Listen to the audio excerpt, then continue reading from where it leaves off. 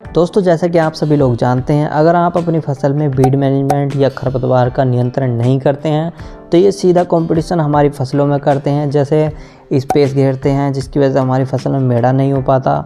और दूसरी बात, हमारी फसल में जो हम खाद, बीज, दवाइयों का उपलब्धि कराते हैं या डालते हैं तो उसको भी ये आसानी से ग्रहण करते हैं, यानी पूरी तरीके से हमारे पौधों को नहीं जाने देते और हमारे पौधों को कम जाता है, जिसकी वजह से हमारी फसल की ग्रोथ भी कम होती है और प्रोडक्शन भी कम देखने को मिलता है। तो ऐसे में बहुत ज़रूरी होता है कि हमें अपनी फसल में बीड मैनेजमेंट या खरपतवारों का नियंत्रण करना अवश्य होता है। वैसे तो आप बीड मैनेजमेंट को मैनुअली या फिर निराई गुड़ाई के द्वारा भी कर सकते हैं, लेकिन निराई गुड़ाई इतनी महंगी पड़ जाती है जो कि बजट से बाहर हो जाती है। तो ऐसे में हमें कुछ दवाइयों का इस्तेमाल कर लेना चाहिए, जिसकी वजह से हम अपनी फसल में बीड मैनेजमेंट कर सकते हैं। तो आज की इस वीडियो में हम बात करने वाले हैं मेंथे की फसल में लगने वाले कुछ खरपतवारों के बारे में और उनको हमें किस तरीके से नियंत्रण करना है, कौन कौन सी दवाइयों को किस समय पर लगाना है और कितनी मात्रा में लगाना है। करेंगे पूरी जानकारी, पूरी बात विस्तार से, तो बने रहें वीडियो में लास्ट तक। इसके अलावा जानेंगे हमें कौन सी दवाई किस समय पर लगानी है और कितनी मात्रा में लगानी है, क्या प्राइस उस दवाई का रहने वाला है। मिलेगी पूरी जानकारी वीडियो में बने रहें लास्ट तक। तो चलिए शुरू करते हैं। अगर आपने अभी तक हमारे चैनल को सब्सक्राइब नहीं किया है तो आप इस चैनल को सब्सक्राइब कर बेल आइकन को ऑन कर लें, ताकि आपको आने वाली वीडियो समय पर मिलती रहें, क्योंकि हम इस चैनल पर खेती से संबंधित वीडियो लाते रहते हैं। तो चलिए शुरू करते हैं।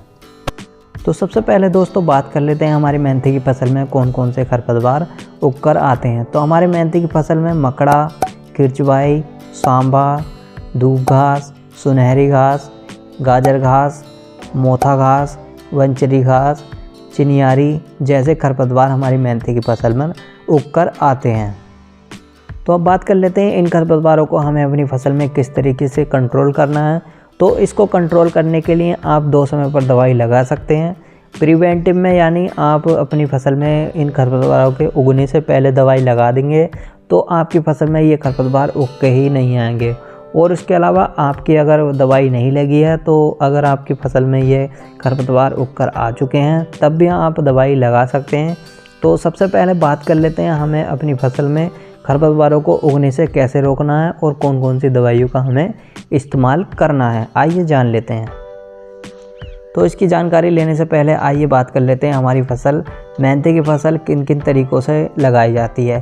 तो आप मेंथे की फसल को जड़ के द्वारा, जो जड़ होती है उसको चोप कर या बखेर कर भी उगा सकते हैं। इसके अलावा मेंथे का जो पौधा होता है उसकी पौध को ट्रांसप्लांट करके भी अपने मेंथे की फसल को लगा सकते हैं। तो सबसे पहले बात करें हमें जड़ वाली फसल में, यानी अगर आप जड़ की फसल लगा रहे हैं, मेंथे की जड़ की फसल लगा रहे हैं, तो आपको कौन कौन सी दवाइयों का इस्तेमाल करना है, आइए जान लेते हैं।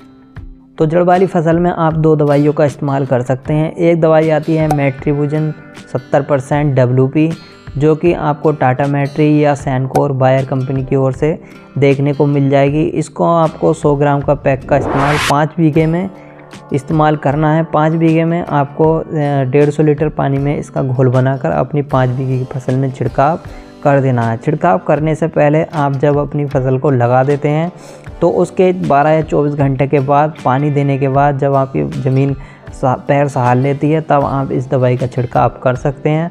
आपको निश्चित ही इसके रिज़ल्ट देखने को मिल जाएंगे।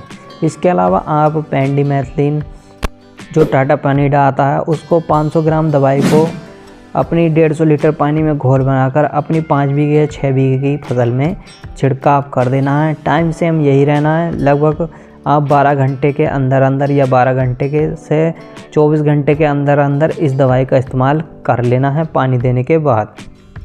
तो आइए दोस्तों अब बात कर लेते हैं हमें जड़ द्वारा या ट्रांसप्लांटिंग द्वारा किए हुए मेंथे में कैसे कौन कौन सी दवाइयों का इस्तेमाल करना है, जिसकी वजह से हम अपनी फसल में खरपतवारों को उगने से रोक सकते हैं। तो जैसे ही आप अपनी फसल में ट्रांसप्लांटिंग कर देते हैं, यानी पौधे को उखाड़ कर अपनी फसल में लगा देते हैं, तो उसके 12 से 24 घंटे के अंदर आपको पेंडिमेथलिन यानी टाटा पनीडा या आप किसी और कंपनी का भी ले सकते हैं, उसका इस्तेमाल कर लेना है। उसको आपने 150 लीटर पानी में घोल बनाकर अपनी 5 से 6 बीघे की ज़मीन में छिड़काव कर देना है। दोस्तों ध्यान रहे आपको इसका इस्तेमाल जितनी जल्दी हो सके उतनी जल्दी करना है, क्योंकि ये दवाई आप जितनी लेट लगाएंगे आपको उतने ही कम इसके रिज़ल्ट देखने को मिलेंगे। तो आप हो सकता है आप इसका इस्तेमाल हाथों हाथ कर लें या फिर लगभग 12 से 24 घंटे के अंदर आप इसका इस्तेमाल ज़रूर से ज़रूर कर लें।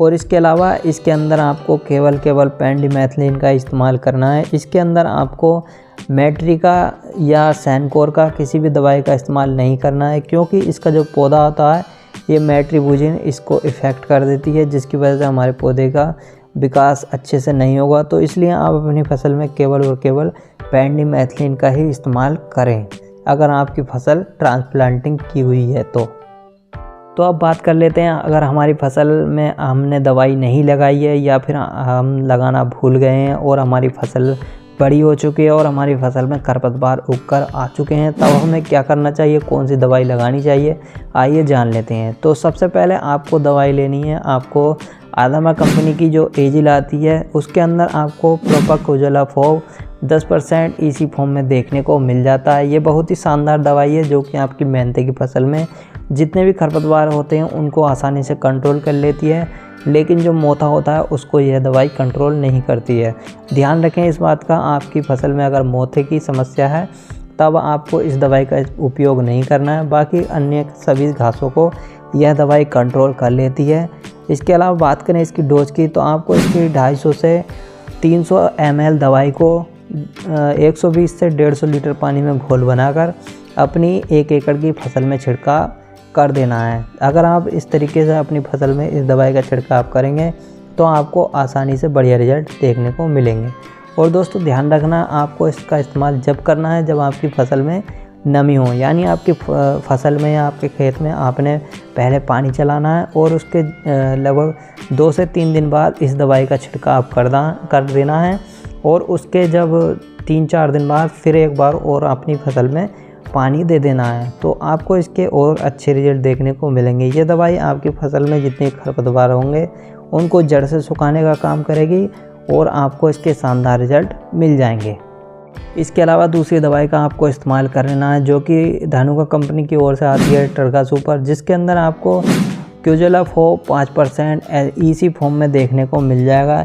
ये भी एक शानदार टेक्निकल है जो कि आपकी फसल में उगने वाले सभी प्रकार के खरपतवारों को कंट्रोल कर लेता है, लेकिन यह भी आपकी फसल में मोथे को कंट्रोल नहीं करेगा। अगर आपकी फसल में मोथा है तब भी आप इस दवाई का उपयोग ना करें। सेम आपको इसी तरीके से इस्तेमाल करना है जिस तरीके से आपको एजिल इस्तेमाल करना है। जो हमने एजिल का तरीका बताया, सेम इसी तरीके के साथ आपने इस दवाई का उपयोग अपनी मेंथे की फसल में कर लेना है, आपको शानदार रिजल्ट मिल जाएंगे। आप कोई भी दवाई ले सकते हैं, दोनों दवाइयाँ बेस्ट हैं, जो आपको मिल जाती हैं आप उस दवाई का उपयोग कर सकते हैं। इसके अलावा दोस्तों, अगर आपकी फसल में मोथे की समस्या आती है, यानी आपकी मेंथे की फसल में मोथा घास उग कर आती है, तो इसके लिए आपको इन दवाइयों के साथ एक दवाई का इस्तेमाल ज़रूर करना है जो कि आपको बासप कंपनी की ओर से आती है, वासागिरान के नाम से, जिसके अंदर आपको बेंटाजोन 48% SL फॉर्म में देखने को मिल जाएगा। इस दवाई को 1 लीटर दवाई को आपने अपनी 1 एकड़ की फसल में 150 लीटर पानी में घोल बनाकर छिड़काव करना है। आप इस दवाई को इन दवाइयों के साथ घोल बनाकर भी छिड़काव कर सकते हैं। इससे आपकी फसल में कुछ हद तक मोथे पर कंट्रोल हो जाता है। ये जड़ से तो आपकी फसल में मोथे को नहीं सुखाएगी, लेकिन कुछ टाइम के लिए मोथे की ग्रोथ को रोक देती है और आपके फसल में मोथे को पीला कर देती है, जिसकी वजह से मोथे की ग्रोथ रुक जाती है और मोथा गट्टा रह जाता है और आपका मेंथे की फसल ऊंची हो जाती है। जब आपकी मेंथे की फसल ऊंची हो जाती है और मोथा छोटा रह जाता है तो आपका जो मेंथा होता है वो आपके फसल में उगने वाले मोथे को दाब लेता है और वह यहीं रुककर ख़त्म हो जाता है। तो आप इस दवाई का भी इस्तेमाल कर सकते हैं अगर आपकी फसल में मोथे की समस्या देखने को मिलती है। तो यही था आज की वीडियो में। कैसी लगी आपको ये छोटी सी जानकारी अच्छी लगी हो तो वीडियो को लाइक करें। अगर चैनल पर नए आए हो तो चैनल को भी सब्सक्राइब कर बेल आइकन को ऑन कर लें ताकि आपको आने वाली वीडियो समय पर मिलती रहें, क्योंकि हम इस चैनल पर खेती से संबंधित वीडियो लाते रहते हैं। तो मिलते हैं किसी और